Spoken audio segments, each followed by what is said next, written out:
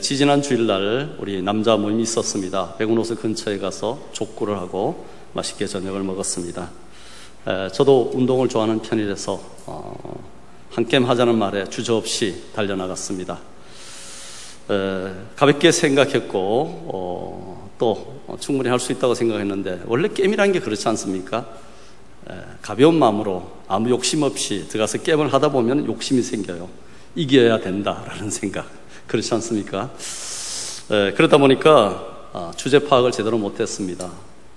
평소에 바쁘다는 핑계, 또 게을러서 운동을 제대로 못했는데, 아직도 제가 30대라고 생각해서 열심히 뛰었습니다. 헛발질도 하고요, 안 되는 헤딩도 막 하고 그랬습니다. 근데 끝나고 나서 후유증이 좀 있었어요. 몸이 내 마음대로 움직이지 않고 헛발질하는 건 괜찮은데, 문제는 끝나고 나니까 목이 뻐근해지더라고요. 지금까지 찜질을 하고 있습니다. 평소에 운동을 안 해가지고 목 근육이 단단하지 못해서 욕심 같아서 30대 하던 그 헤딩을 멋지게 하려고 했는데, 그때 조금 문제가 됐던 것 같습니다. 우리의 믿음도 평소에 우리가 믿음의 근육을 충분히 우리가 길러 놓지 않으면 믿음이 작동해야 될 때고 믿음으로 나가야 될 때 오히려 믿음을 사용하지 못하고 어려움을 당할 수 있다는 것을 제가 느꼈습니다. 우리가 살아가는 세상은 충분히 우리를 기다려주지 않더라고요. 우리가 믿음을 충분히 키울 수 있는 여유를 주고 난 뒤에 환난이 다가오거나 고난이 다가오거나 역경이 다가오는 것이 아니라 느닷없이 우리에게 닥쳐옵니다. 그때는 우리가 믿음의 근육이 단단하면 그것을 충분히 뚫고 이겨나갈 수가 있는데, 그렇지 않을 때는 굉장히 어려움을 당하기 십상이라는 거죠. 그렇기 때문에 우리가 평소에 믿음을 키워나가는 것은 우리의 신앙생활에 굉장히 중요한 근본이 아닐까라는 겁니다. 그래서 2016년 1월부터 저는 수요 예배를 맡을 때마다 지금 믿음이란 주제를 가지고 오늘 8번째 설교를 하게 되었습니다. 오늘도 이 예배를 통하여 여러분의 믿음이 성장하는 귀한 시간이 되기를 주의 이름으로 축원합니다. 여러분, 중국의 전국시대의 편작 삼형제에 대한 이야기 혹시 들어보셨습니까? 갈관지라는 책에 그런 얘기가 나옵니다. 죽은 사람도 살린다는 이 편작에게는 삼형제가 있었습니다. 다 의사였습니다. 그럴 때 어느 날 위나라 문왕이라는 사람이 편작을 불러서 그렇게 물어봤습니다. 그대 삼형제 중에는 누가 가장 뛰어난 의술을 가지고 있느냐라고 물었습니다. 그럴 때 주저없이 편작이 임금에게 대답을 했습니다. 우리 삼형제 중에 우리 큰형님의 의술이 최고입니다. 그 다음에 그 둘째가 우리 둘째 형님이고 저는 그 마지막 아주 미미한 자일 뿐입니다 라고 대답했어요. 문왕이 들어보니까 깜짝 놀랐습니다. 아니, 세상에 편작이라는 사람은 죽은 자도 살리는 의술을 가지고 있는 명의라고 소문이 났는데 전혀 듣도 보도 못한 첫째 형님의 의술이 최고고 둘째 형님의 의술이 그 다음이다 라고 이야기하니까 너무 놀랐던 겁니다. 왜 그런 거라고 물었습니다. 많은 사람들은 자네의 의술이 세상에 최고라고 이야기하는데 어째서 자네 형님이 최고라고 자네는 이야기하는 거라고 했어요. 그때 편작이 이렇게 대답을 했습니다. 우리 큰형님은 어떤 사람이 아프기도 전에 얼굴을 딱 보고 이 사람에게 어떤 병이 생겨서 어떻게 될 것인지 미리 압니다. 그래서 큰 병이 들기도 병이 생기기도 전에 미리 그 모든 것들을 다 방어를 해주고 치료를 해주기 때문에 환자들은 우리 큰형님의 의사한테 병을 고쳤다는 생각을 전혀 안 하고 좋은 조언을 들었다고 이야기할 뿐입니다. 그래서 우리 형님은 크게 세상에 알려지지 않았을 뿐입니다. 그리고 우리 둘째 형님은 이제 환자가 조금 아프고 미미하게 병이 났을 때 이 병이 차후에 굉장히 위중한 병이 될 것을 미리 알고 약을 써서 또는 이 사람에게 침을 놓아서 이 병을 충분히 고치기 때문에 병 고침 받은 환자도 이 병이 죽을 병인지 전혀 몰라서 크게 소문을 내지 않았던 것입니다. 그런데 저는 정말 의술이 미천해서 미미해서 병세가 악화되고 이 병이 굉장히 사람의 어떤 목숨을 앗아갈 가운데 위중했을 때야 그때서야 비로소 알아차리고 그리고 갖은 처방을 다하고 심지어는 살을 도려내는 수술까지 해서 겨우 살려내 놓습니다. 겨우 그렇게 한 것을 보고 사람들은 편작이라는 사람이 죽은 사람을 살렸다라는 소문을 내어서 제가 소문이 났을 뿐입니다. 이렇게 대답을 했다는 겁니다. 여러분들, 이 이야기를 빗대어서 저는 그런 생각을 해봅니다. 우리 믿음에도 큰형님의 믿음, 두째형님의 믿음, 편작의 믿음이 있지 않을까. 다시 말하면 큰 믿음, 중간 믿음, 작은 믿음이 있다는 생각입니다. 여러분들, 우리가 연약한 이 작은 믿음이라는 것은 대체적으로 초신자들이 많이 가지는 믿음이죠. 그래서 초신자들은 교회 와서 조금만 무슨 일이 있으면 쉽게 꺾이거나 교회를 안 나오거나, 그리고 나오더라도 가끔씩 나오는 그런 경우가 많이 있습니다. 저는 이 초신자들의 연약한 믿음, 이 작은 믿음을 탓하지는 않습니다. 당연히 그렇죠. 우리도 그렇게 처음 시작했지 않습니까? 그러나 우리가 문제는 교회 안에서 오랜 세월, 오랜 시간, 오랜 여러 가지 활동을 하고 난 뒤에도 아직까지도 어린아이 수준의 믿음을 가지고 있는 사람들이 문제다라는 것이죠. 여러분들, 히브리서 5장 12절의 말씀 여러분도 다 아실 겁니다. 때가 오래되었으므로 너희가 마땅히 선생이 되었을 텐데 너희가 다시 하나님의 말씀의 초보에 대하여 누구에게서 가르침을 받아야 할 처지이니 단단한 음식은 못 먹고 젖이나 먹어야 할 자가 되었도다. 이 젖먹는 어린아이 신앙이 되었다. 때가 오래되었고 마땅히 선생, 가르치는 사람의 위치까지 올라가 있어야 되는데도 아직까지 연약한 믿음을 소유한 사람이 되었다라는 겁니다. 이 연약한 믿음, 작은 믿음 가진 사람들의 특징이 뭡니까? 평소에는 잘 드러나지 않습니다. 교회에서 집사라 할 수도 있고요, 교사라 할 수도 있고요, 더 높이는 목사와 장로까지도 이야기할 수 있겠죠. 그러나 평소에는 우리가 워낙 위장을 잘하기 때문에 교회의 문화적인 어떤 활동에서는 위장을 잘하지 않습니까? 믿음이 있는 척하죠. 근데 결정적인 순간이 언제입니까? 큰일이 닥쳐왔을 때예요. 우리가 감당하지 못할 여러 가지 환난, 공고함, 어려움, 역경 같은 게 다가왔을 때, 그때서야 비로소 자기가 믿음이 없다는 것이 판명이 납니다. 대체적으로 그렇게 믿음이 작은 사람의 이런 역경을 닥치면 첫 번째, 내게 왜 이런 믿음, 내가 이렇게 교회를 다녔는데 왜 이렇게 이런 역경이 왔는가라고 역경에 대해서 굉장히 거부감을 가지죠. 그러나 어쩔 수 없을 때, 그 다음에는 자꾸 뭔가 남 탓을 합니다. 뭐 때문에 라고 탓하는 경우가 많이 있죠. 그러다 보니까 교회에 대해서 여러 가지 시험 들고 주위의 가정교회 식구들에게도 이렇게 저렇게 시험에 들고 자꾸 시험에 들어서 불평불만이 쌓이게 된 겁니다. 이렇게 우리가 믿음이 적나라하게 드러나고 믿음이 연약해졌을 때 뚫고 나갈 수 있는 여력이 없으니까 그때서야 부랴부랴 막 그냥 금식을 하고 기도를 하고 말씀을 읽고 주위의 사람에게 중보기도를 하고 모임에 적극적으로 참여합니다. 이렇게 하는 사람이 사실은 그 과정을 통해서 무엇이 성장합니까? 믿음이 자라가는 거예요. 오히려 역경이 닥쳐왔기 때문에 그것을 통해서 뚫고 나가려고 믿음을 키우다 보니까 어느 정도의 믿음이 단단해져서 하나님이 축복해 주십니다. 문제를 해결해 주셔요. 그럼 너무 기쁘죠. 하나님의 살아계심을 경험한 거예요. 내가 도저히 이것은 해결할 수 없는 문제가 해결되었습니다. 할렐루야죠. 그러면 그분은 주위의 사람들에게 정말 입에 침을 바르지 않고 그냥 침 튀기듯이 열심히 간증을 합니다. 아, 하나님은 정말 살아계시는 분이에요. 내가 이런 일을 당했는데 하나님이 이렇게 응답해 주셨어요 라고 간증을 합니다. 그러면 우리는 주위의 사람이 굉장히 부럽죠. 그분의 믿음이 와, 대단하시네요. 정말 훌륭하십니다. 은근히 우리는 부러워해요. 근데 우리가 그런 간증을 들 때 참 조심해야 될 게 있습니다. 은근히 어떻게 보면 자기를 자랑하는 경우가 있더라는 얘기죠. 내가 기도했을 때 하나님이 응답했고, 내가 이렇게 충성했더니 있고, 내가 말씀을 붙들었더니 이렇게 됐고, 내가 교회에 그래도 헌신했더니 이렇게 됐습니다. 가만 보면 내가 하다 보면 어느덧 나의 믿음의 연약성을 갖다가 더 덧칠했어. 그만 자기가 은근히 드러나서 교만해지는 경우가 많이 있다라는 겁니다. 자칫 잘못하면 자기 의에 빠질 수가 있다라는 것이죠. 사실 하나님께서는 그러한 역경과 여러 가지 고난을 견뎌나가는 과정 속에서 우리에게 요구하시는 것은 무엇입니까?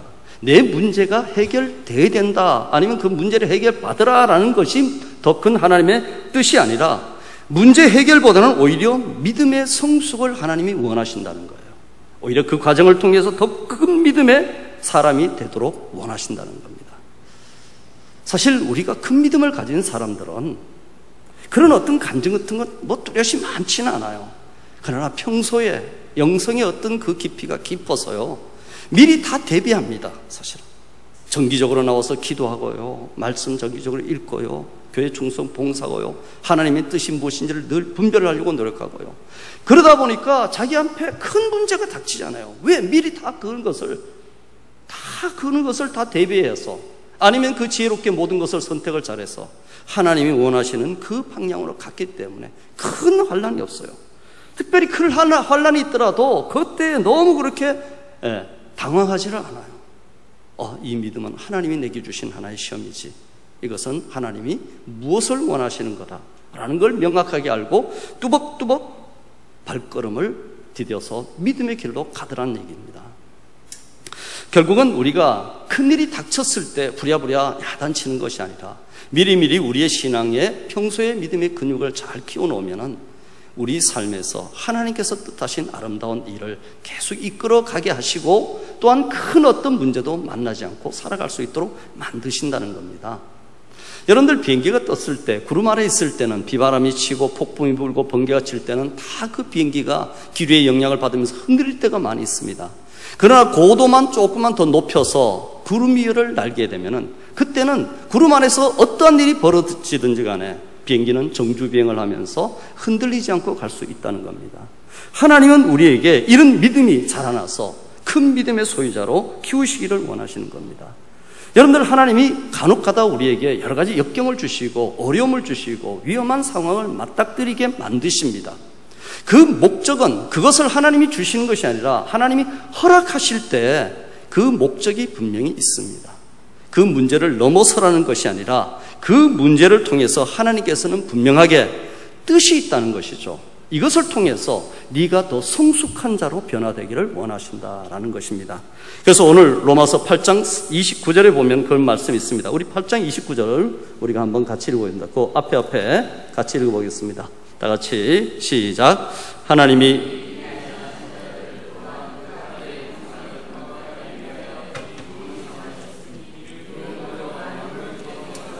맏아들이 되게 하려 하심이라. 여기 보면 중간에 그 아들의 형상을 본받게 하기 위하여라고 되어 있습니다. 하나님께서 원하시는 우리의 그 목적은 아들의 형상을 본받게 하시는 거예요. 이것을 에베소서 4장 13절에는 뭐라고 했습니까? 그리스도의 장성한 분량에 이르기까지라고 이야기하고 있고요. 갈라디아서 4장 19절에는 그리스도의 형상을 이루기까지라고 되어 있습니다. 우리가 이 세상에 아직도 존재하는 목적은 뚜렷합니다. 하나님의 이 분명한 목표는 흔들린 적이 없습니다. 그것은 성숙한 하나님의 자녀 그리스도화 되는 것을 하나님의 목표로 뚜렷하게 잡고 계시는 거예요. 그래서 어떤 경우에는 환난을 주실 때도 있고요, 우리에게 공고함을 허락할 때도 있고요, 우리가 감당하지 못할 역경도 우리에게 허락하신다라는 겁니다. 그 얘기 들어보셨죠? 곤충학자가 그 고치 속에 있는 나비가 이제 작은 구멍을 뚫고 나와야 됩니다. 그 안에 있으면 죽어버리죠. 근데 작은 구멍을 뚫고 나올 때 얼마나 사력을 다해서 나오는지 옆에서 지켜보는 학자들은 안타까울 정도입니다. 근데 그 구멍을 넓히고 쉽게 나오게 하면은 나중에 이 나비의 날개 근육이 발달하지 못해서 날지를 못한다고 합니다. 조금 날다가 쳐져서 그냥 떨어져서 나비는 창공을 헐헐 날아다녀야 되는데 그렇지 못한다는 거예요. 그런데 그 작은 구멍을 뚫고서 나올 때 사력을 다해서 힘에 겹도록 땀을 뻘뻘 흘리면서 기어 나올 때 그때 믿음의 근육이 단단해진다는 거예요. 그리고 나오긴 안 되는 창공을 날아다니며 마음껏 자기가 가고 싶은 대로 다 갈 수 있다라는 것입니다. 하나님께서 우리에게 믿음이라는 역경이라는 이 환난이라는 이 공고함이라는 건 여러 가지 어려움이라는 일을 통해서 우리가 그것을 비집고 나가고 뚫고 나가는 과정 속에서 믿음의 성숙을 이루는 것이 하나님의 목적이라는 겁니다. 이런 큰 믿음, 이 성숙한 믿음을 가질 때에 그때 하나님께서 우리를 과도한 물질을 줘도 시험에 들지 않는 사람이 되도록 만들어 나가시는죠. 그런 어떤 역경을 뚫고 큰 믿음을 가진 사람에게 하나님은 과도한 사역을 맡겨도 불평하지 않아요. 과도한 헌신을 요구할 때도 순종하며 나가는 사람이 된다라는 겁니다. 이러한 하나님의 뜻, 이 하나님의 섭리를 우리가 붙들고 나가는 믿음이 큰 믿음이고 강한 믿음이라고 할 수 있다는 것이죠. 이러한 믿음을 가진 사람을 오늘 말씀에서는 모든 일에 넉넉히 이긴다라고 표현하고 있습니다. 우리가 모든 일에 넉넉히 이긴다, 넉넉히 이긴다는 이 헬라어 단어는 히펠리카오, 리카란 말은 들어보셨을 겁니다. 승리라는 뜻인 리카입니다. 히펠리카오라는 것은 히펠이란 전치사와 리카오라는 동사가 만나서 하나의 단어가 됐는데요. 이것은 원어적인 의미에서는 정복자보다 더 정복하다, 조금 해석이 어려운데요. 승리 위의 승리다 라고 이야기한 것, 아니 압도적인 승리다 라고 우리가 해석할 수가 있습니다. 간단히 말하면 예를 들어서 요셉이란 사람의 인생을 한번 돌이켜 보겠습니다. 여러분들, 요셉이 보디발의 집에 팔려가서 종리되지 않습니까? 주인은 보디발이었죠, 12대장. 그리고 그 아내가 유혹을 합니다. 그러나 그것을 거절했을 때 이 요셉을 감옥에 쳐넣어버리죠. 승리자는 아내였던 것이죠. 그러나 나중에 결국은 요셉은 애굽의 2인자인 총리 대신이 되지 않습니까? 사실은 어떻게 보면은 요셉의 어떤 목표는 뭐였을까요? 자기가 빨리 이 집에서 자유인이 되어 나서 자기 아버지 집으로 돌아가서 아버지를 만나고 고향에 가서 정말 그 가족과 같이 살고자 하는 욕심이 없겠습니까? 그게 자기가 승리하는 비결이었다고 생각합니다. 그것이 목적이었을 수가 있습니다. 근데 나중에 총리 대신이 되고 난 뒤에 하나님의 뜻은 그것이 아니었다는 걸 알게 되죠. 이게 바로 히펠리카오라는 단어인 거죠. 무슨 얘기입니까? 우리가 어떤 역경이 다가왔을 때 이 역경을 헤쳐나가서 승리하는 것이 히펠리카오가 아니라 이 역경을 뚫고 나가 이 역경을 이겨나갈 뿐 아니라 그 이상의 어떤 것을 하나님이 주시는 게 히펠리카오라는 거예요. 저는 좀 궁금해요. 요셉이라는 사람이 총리 대신이 되었을 때 이 보디발을 어떻게 했을까요? 아니, 자기를 유혹하고 모함을 했던 이 보디발의 아내를 어떻게 했을까요? 우리 생각 같아서는 당장 잡아다 주리를 틀어야 마땅하지 않을까요? 자기한테 그렇게 고난을 줬는데. 근데 제가 생각할 때 성경에 없는 내용이겠지만은 나중에 형들을 용서하는 걸 보면 요셉은 보디발 또 보디발 아내도 다 용서했지 않을까라는 겁니다. 왜? 하나님의 히펠리카오를 경험했기 때문에 그래요. 단순히 그 문제만을 해결하는 게 승리가 아니라는 거예요. 승리, 그것 위의 승리라는 것은 하나님 그 일을 통해서 더 큰 어떤 것을 목적을 이루는 것을 자기가 경험하는 거예요. 여러분들, 한나가 자식이 없어서 얼마나 브린나한테 속을 태웠습니까? 얼마나 안타까웠습니까? 그래서 성막에 가서 자기가 부르짖어 기도했습니다. 그때 하나님의 마음과 통했어요. 그리고 나중에 사무엘을 낳지 않습니까? 근데 주저하지 않고 사무엘을 하나님 앞에 전해갔다. 저 때는 왜 갔다? 2살 먹이에요, 2살. 2년이 지난 뒤에. 하나님이 달라고 했습니까? 그런 적 없어요. 내가 너 아들 줄 테니까 그 아들을 내 종으로 바쳐라. 그런 얘기 한 적이 없어요. 자기에게는 아들이 정말 필요해서 하나님 앞에 가서 기도했을 때, 하나님과 마음이 딱 통했을 때, 하나님도 사람이 그리워 찾고 있는 사람이 있었어요. 그것이 바로 뭡니까? 하나님의 음성을 들을 줄 아는 이 시대에 선지자가 없었다는 거죠. 그 마음을 알아차렸던 이 한나는 자기 아들을 낳고 하나님이 그 마음을 아니까 갖다 드린 거예요.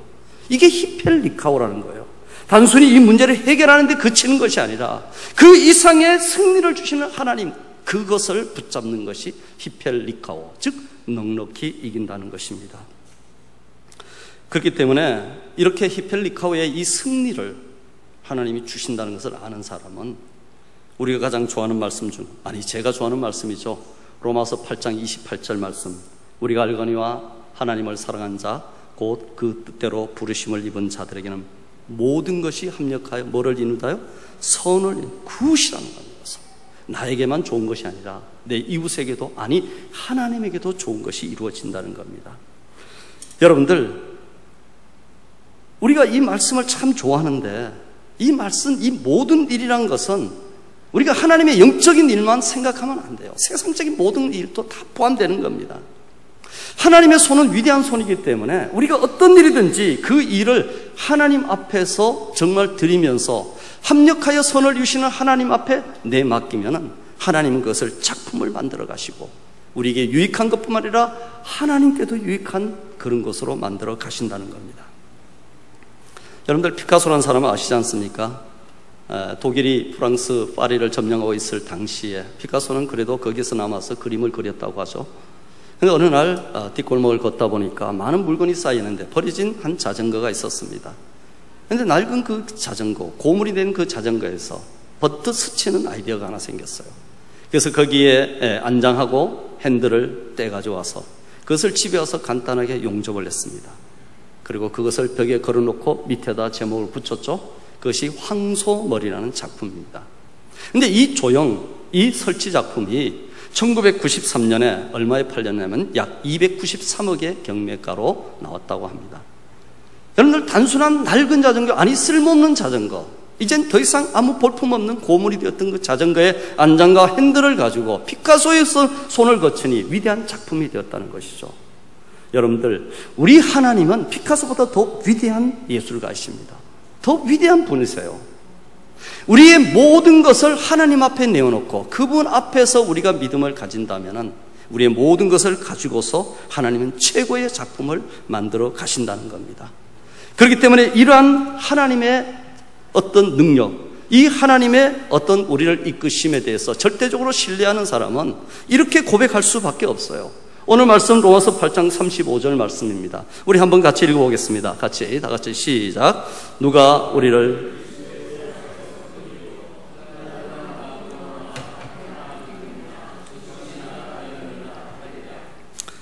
여기서 보면 환난이나 공고나 박해나 기근이나 적신이나 위험이나 칼이나 우리에게 다가오는 상당히 많은 여러 가지 위험 요소들이죠. 그런데 이것이 있다 할지라도 우리를 그리스도의 사랑에서 끊을 수 없다고 분명히 고백합니다. 여기서 환난이라는 원어의 의미는 누르다, 압박하다는 건데 원래는 이 포도를 갖다가 포도즙 틀 속에 놓고 압박해야 이렇게 포도즙이 나오지 않습니까? 그와 같이 포도즙 틀 또는 이것을 갖다 타작마당, 이런 어떤 의미가 있어요. 여러분들 곡식을 갖다가 이렇게 마당에 이렇게 펼쳐놓고 도리끼질을 할 때 얼마나 그 곡식들이 탁탁 튀면서 아프겠어요. 우리가 이 환난을 당하다는 것은 육체적인 극심한 고통을 당한다는 거예요. 도저히 헤어날 길이 없는 이 고통 속에 있을 때 그 환난조차도 하나님, 우리를 사랑하는 그 그리스도의 사랑에서 끊을 수 없다고 이야기하는 거예요. 하나님의 손길에서 끊을 수 없다고 이야기하는 거예요. 여기서 공고라는 단어가 있죠. 이것은 원래 심리적인 용어예요. 좁은 장소라는, 협소한 장소라는 뜻인데요. 극심한 고통으로 인해서 도저히 빠져나갈 수 없는 갇힌 상태의 마음 상태, 그것을 우리가 공고라고 이야기하는 겁니다. 그 속에 있다 할지라도 그리스도의 사랑이 나를 붙들고 있다는 거예요. 그리고 박해나 기근이나 적신이나 위험이나, 적신이라는 것은 헐벗음을 말하고요, 위험이나 칼이라는 것은 우리를 죽음으로 위협하는 그런 어떤 상태를 말하는 거죠. 그런 상태에서도 절대 우리를 갖다가 믿음을 흔들어 버릴 수 없다는 거예요. 이런 수많은 어떤 역경 속에서도, 환난 속에서도, 고난 속에서도 그리스도의 사랑이 우리를 붙들고 있기 때문에 그 사랑을 끊을 수가 없다고 얘기한 거예요. 이러한 믿음을 가지고 하나님을 신뢰하는 사람에게 오늘 말씀에서는 5가지 세상을 하여서 외치는 소리가 있습니다. 반문하는 것이죠. 31절이면 누가 우리를 대적하리요? 라고 강하게 얘기합니다. 하나님이 우리를 위하시면 누가 우리를 대적하리요? 라고 외치는 것이죠. 32절에서는 어찌 그 아들과 함께 모든 것을 우리에게 주시지 않겠느냐라고 반문하며, 33절에도 누가 능히 하나님께서 택하신 자들을 고발하리요? 라고 이야기하고, 34절은 누가 정죄하겠느냐라고 이야기하고, 35절에 가서는 누가 우리를 그리스도의 사랑에서 끊으리요? 라고 이야기하고 있습니다. 우리가 세상을 향해서 여러 가지 역경이 닥쳐올 때도 우리가 외칠 수 있는 것이 무엇입니까? 감히 내가 나를 넘어뜨릴 수 있느냐? 하나님의 사랑이 나를 붙들고 있다고 이야기하시는 겁니다. 이게 우리의 믿음의 강한 근육, 큰 믿음의 소위에 외치는 바라고 이야기하는 겁니다. 여러분들, 우리 하나님의 손은 강하십니다. 절대 우리를 놓치는 법이 없어요. 그것을 우리 성경에서 이야기하는 게 무엇입니까? 하나님의 사랑, 그리스도의 사랑으로 표현하고 있습니다. 하나님의 사랑은 집요하시고요, 끝까지 사랑하시는 거고요, 끝까지 붙드시는 사랑이다라는 겁니다. 여러분들, 오늘 로마서 8장이라는 이 장은 굉장히 중요한 의미가 있습니다. 성경 중에 성경이 로마서라고 이야기하죠. 어떤 학자는 그렇게 비유를 했습니다. 성경 전체를 반지에 비유한다면은 그 반지 중에 박혀있는 다이아몬드가 하나 있는데 그 다이아몬드가 봐도 로마서다라고 얘기해요. 근데 그 로마서 중에서도 특별히 7장, 8장, 그 중에서도 8장이 가장 우리에게 복음의 핵심을 꿰뚫고 우리에게 믿음을 주는 장이다라고 이야기합니다. 로마서는 두 부분으로 나누어지죠. 앞에는 교리 부분입니다.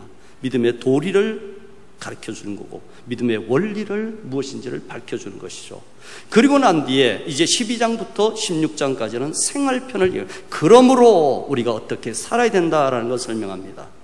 그런데 앞에 교리 부분에서 9장, 10장, 11장에는 바로 바울의 자기 동족이었던 이스라엘 백성의 구원에 대한 얘기이기 때문에 사실은 그것은 격가지로 두면은 교리의 결론적인 부분이 바로 8장이고 8장의 마지막 결론 부분이 오늘 우리가 읽은 본문이었다라는 겁니다.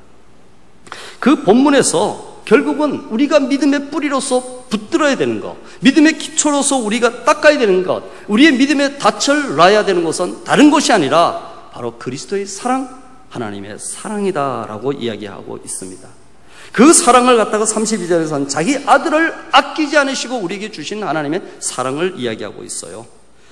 37절에 가도 그러나 이 모든 일에 우리를 사랑하시는 이로 말미암아 우리가 넉넉히 이긴다고 고백하고 있습니다. 그리고 39절에 가서 우리를 우리 주 그리스도 예수 안에 있는 하나님의 사랑에서 끊을 수 없느니라 라고 고백하고 있다는 것입니다. 여러분들, 우리가 살다 보면 믿음이 흔들릴 때가 많이 있지 않습니까? 사실 오랫동안 신앙생활에도 다 똑같습니다. 초신자가 당하는 여러 가지 시험이나 오래 믿음, 큰 믿음을 가진 사람이 당하는 시험이나 사실은 시험은 다 똑같다고 저는 생각합니다. 견딜 수가 없고 힘에 겨워서 포기하고 싶은 때도 많이 있을 수 있습니다. 그러나 그때도 우리가 하나님의 나를 사랑하시고 하나님의 손이 나를 붙드신다는 이 믿음만 붙들고 있다면 설사 내 믿음이 조금 흔들리더라도 설사 내가 포기하고 싶은 그런 어떤 마음이 생길지라도 결코 우리는 믿음에서 벗어나지 않습니다. 왜? 하나님의 사랑이 나를 붙들고 있기 때문에 그렇습니다. 그게 우리의 믿음의 기초인 것이죠. 이게 우리의 힘입니다. 이게 우리의 믿음의 근본이라고 이야기할 수 있습니다. 이 사랑에 대해서 바울은 절절히 느끼면서 고백하는 얘기가 있습니다. 에베소서를 보면은 에베소 교회로서 중보 기도하면서 에베소서 3장 17절, 18절, 19절에 이렇게 고백합니다. 믿음으로 말미암아 그리스도께서 너희 마음에 계시게 하옵시고 너희가 사랑 가운데서 뿌리가 박히고 터가 굳어져 능히 모든 성도와 함께 지식에 넘치는 그리스도의 사랑을 알고 그 너비와 길이와 높이와 깊이가 어떠함을 깨달아 하나님의 모든 충만하신 것으로 너희에게 충만하게 하시기를 구하노라 라고 얘기합니다. 여기서 알고 깨닫고 깨달아 라는 것은 경험한다는 얘기인 거 아시죠? 결국은 그 그리스도의 사랑의 너비와 길이와 높이와 깊이가 얼마나 많은 건지 너희가 좀 깨닫고 그 하나님의 모든 충만하신 것으로 너희가 충만하면 좋겠다라는 겁니다. 이게 우리의 그리스도의 장성한 분량이에요. 우리가 믿음의 확고한 닻을 내릴 수 있는 뿌리가 거기에 있다는 겁니다. 하나님의 사랑은 무한한 사랑이라는 거예요. 이게 기초라는 거예요. 예수 이 분이 하나님의 사랑의 결정체로서 우리에게 왔고 우리의 믿음의 근본도 이 예수를 떠나서는 존재할 수 없는 것입니다. 이 사랑의 바탕 속에서 죽으신 예수 그리스도와 그리고 끝까지 집요하게 끝까지 사랑하시는 하나님의 그 사랑이 우리를 붙들고 있기 때문에 우리가 흔들리지 않고 지금도 이 자리에서 예배드릴 수 있다는 겁니다. 어떤 경우는 내가 참 잘해서 그렇게 됐겠거니 내가 믿었기 때문에 그럴 수 있지, 내가 그래도 충성했기 때문에 하나님이 나를 이 자리에 이렇게 세워 놓았겠지라고 하지만 절대 그렇지 않다는 거예요. 하나님의 그 사랑의 넓이와 길이와 높이와 깊이를 깨달은 사람은 절대 그렇게 고백할 수 없어요. 천하의 미물보다 더 하찮은 존재가 나라는 걸 알고요, 죄수 중에 개수란 걸 알게 된다는 겁니다. 내가 한 것은 아무것도 없다는 거예요. 그렇기 때문에 우리의 믿음의 뿌리 기초는 바로 그리스도의 사랑, 예수의 근본을 붙드는 것, 그거라는 겁니다. 여러분들, 영성신학자로 유명한 리차드 포스터라는 목사님 있습니다. 한때 한국교회에서 참 좋아했던 목사님과 유명한 책들을 많이 썼습니다. 여러분이 읽어보지 않은 분은 읽어보면 여러 가지 도움을 많이 받을 겁니다. 이분이 신학교에서 박사학위를 받고 캘리포니아 어느 한 교회에서 목사님을 초빙했어요. 우리 교회 와서 목회를 좀 해주십시오. 우리 교회는 많은 문제가 있습니다 라고 했어요. 그럴 때 리차드 포스터는 자신이 있었습니다. 내가 그동안 배운 것이 얼마나 많고 기도한 것이 얼마나 많고 내가 아는 것이 얼마나 많은데 내가 충분히 할 수 있겠다 하고 그 교회를 갔습니다. 근데 가서 보니 정말 그 교회는 문제가 많은 교회였습니다. 그러나 자신이 있었죠. 그때부터 기도하기 시작했고요. 사람들을 조직하기 시작했고 프로그램을 만들고 기도회를 만들고 신방을 열심히 하고 이러저러한 여러 가지 지식과 경험을 쌓아서 많은 일들을 했습니다. 열심히 목회를 했어요. 그런데 교회가 점점 더 나아져야 되는데 교인들도 우리 리차드 포스터 목사님이 오시면 우리 교회가 당장 달라질 거라고 기대감을 가지고 있었는데 이상하게 더 나아지지를 않아요. 한 해 두 해가 갔는데도 교회는 더욱더 사정이 악화되었을 뿐이지 나아질 기미가 전혀 보이지 않았습니다. 나중에는 이 목사님이 결국은 목회를 포기해야 되겠다라고 생각했고 이 문제가 도대체 어디서 이렇게 목회의 실패가 이루어진 것인가 궁금했습니다. 그런데 자기가 존경했던 한 스승을 찾아가서 3일 동안 같이 있으면서 이런저런 여러 가지 이야기를 하면서 기도하면서 그 문제의 원인을 찾아보려고 노력했습니다. 근데 도대체 알 수가 없었어요. 3일째 되는 날 그 스승이 자기에게 물었습니다. 리차드 포스터요, 너는 한 교회의 유능한 목사가 되기를 원하느냐 아니면 예수를 따르는 진실한 그리스도인이 되기를 원하느냐 라고 물었어요. 그때서야 이 포스터 목사가 자기 목회의 실패의 문제점을 깊이 깨달았다는 겁니다. 내가 유능한 목사가 되려고 했구나. 진실한 그리스도인이 되지 못하면 아무 의미가 없다라는 걸 알았습니다. 여러분들, 우리 교회에 문제가 생기는 것은 무엇입니까? 그리스도인으로 시작해서 목사가 되기 때문에 그렇고요. 그리스도인으로 출발해서 장로가 되기 때문에 그렇고요. 그리스도인으로 출발해서 안수집사나 권사나 집사나 교사가 되기 때문에 그렇습니다. 우리는 그리스도인으로 시작해서 목사인 그리스도인이 되어야 됩니다. 우리는 그리스도인으로 출발해서 안수집사, 장로, 권사, 교사, 집사인 그리스도인이 되어야 됩니다. 그리스도인이 되지 못하기 때문에 문제가 되었다는 것을 깨달았다는 거예요. 한국 교회에 원로셨고 훌륭하게 목회를 하셨던 우리 한경진 목사, 지금 작고하셨습니다마는 은퇴를 하시고 난 뒤에 남한산성에 가 계셨습니다. 그때 그분이 돌아가시기 몇 개월 전에 한국의 유명한 목사님들이 시간을 내어서 전부 다 약속을 하고 이제 한경진 목사를 마지막 찾아뵈었습니다. 그리고 이런저런 얘기를 하고 난 뒤에 마지막으로 목사님 오랜 세월 동안 목회에 그렇게 성공하셨고 한국교회 원로로서 많은 일을 해주셨는데 우리 후배 목사들에게 꼭 해주셔야 될 한마디만 부탁을 드립니다 라고 부탁을 드렸습니다. 그럴 때 모든 모였던 한국교회의 그 유명한 목사님들이 귀를 쫑긋 세우고 무슨 말을 해주실까라고 귀담아 들으려고 기다렸습니다. 그럴 때 한참 기다리셨던 한경진 목사님이 딱 한마디를 하셨습니다. 그 말씀은 다른 것이 아니라 목사님들 예수 잘 믿으세요. 딱 그 한마디였습니다. 한경진 목사님이 보실 때 한국교회의 문제는 목사도 그렇고 장로도 그렇고 안수집사도 그렇고 모든 사람들이 예수를 제대로 믿지 않기 때문에 그렇다는 거예요. 예수 제대로 믿지 않은 목사가 무슨 목사입니까? 예수 제대로 믿지 않는 장로가 무슨 장로예요? 교회의 분란의 원인은 무엇입니까? 그리스도인이 되지 않았기 때문에 그렇다는 거예요. 우리 믿음의 근거는 어디에 우리가 기초돌을 놓아야 되겠습니까? 그리스도 외에는 없습니다. 그 그리스도는 사랑의 결정체예요. 하나님이 그 예수를 통해서 우리에게 주신 그 사랑을 붙들고 우리가 그 사랑하는 자로 서 있는 것이 우리의 최종적인 목적이자 출발점이자 우리의 모든 과정에 우리가 붙들어야 될 본질이란 겁니다. 그것을 놓치면 아무것도 안 돼요. 결국은 우리가 서야 될 자리, 우리가 닻을 내릴 자리는 다른 것 없습니다. 하나님의 그 끝없는 사랑, 그 사랑의 결정체인 우리를 위해 십자가에 못 박아 죽이신 예수 그리스도, 그분입니다. 그분만 붙들면은 우리는 넉넉히 이기게 되는 거예요. 그게 우리의 믿음의 뿌리라는 겁니다. 뭐 더 나가시려고 그래요? 더 많은 것을 가지려고 하십니까? 우리는 오직 집중해야 되는 것이 그거 아니겠습니까? 이것을 놓쳐버리면 목사는 목사가 더 이상 되지 못해요. 장로는 장로가 되지 못하고 직책은 아무 의미가 없어지는 거예요. 목사인 그리스도인이 되는 것이 더 중요하지 않습니까? 장로인 그리스도인이 되는 거죠. 예수 잘 믿는다는 게 다른 거 아닙니다. 그 사랑에 견고히 우리가 서 있느냐 말이죠. 그 사랑이 우리를 붙들고 있는 걸 깨닫느냐 말이죠. 그것만 안다면 우리는 흔들리지 않습니다.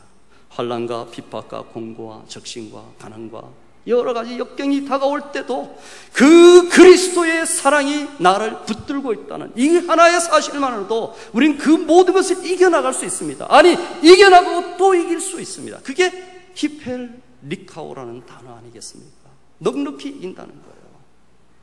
여러분들 말씀을 마치겠습니다.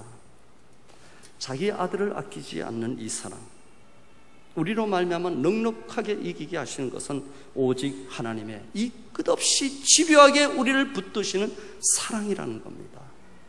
여러분 주위에 여러 가지 어려움과 힘든 상황이 있다 할지라도 이 사랑만은 절대 잊지 마세요. 그 사랑을 붙들면 됩니다. 오늘도 그 사랑이 우리를 붙들고 있습니다. 그 그리스도의 사랑이 끝까지 우리를 견고하게 세우실 겁니다.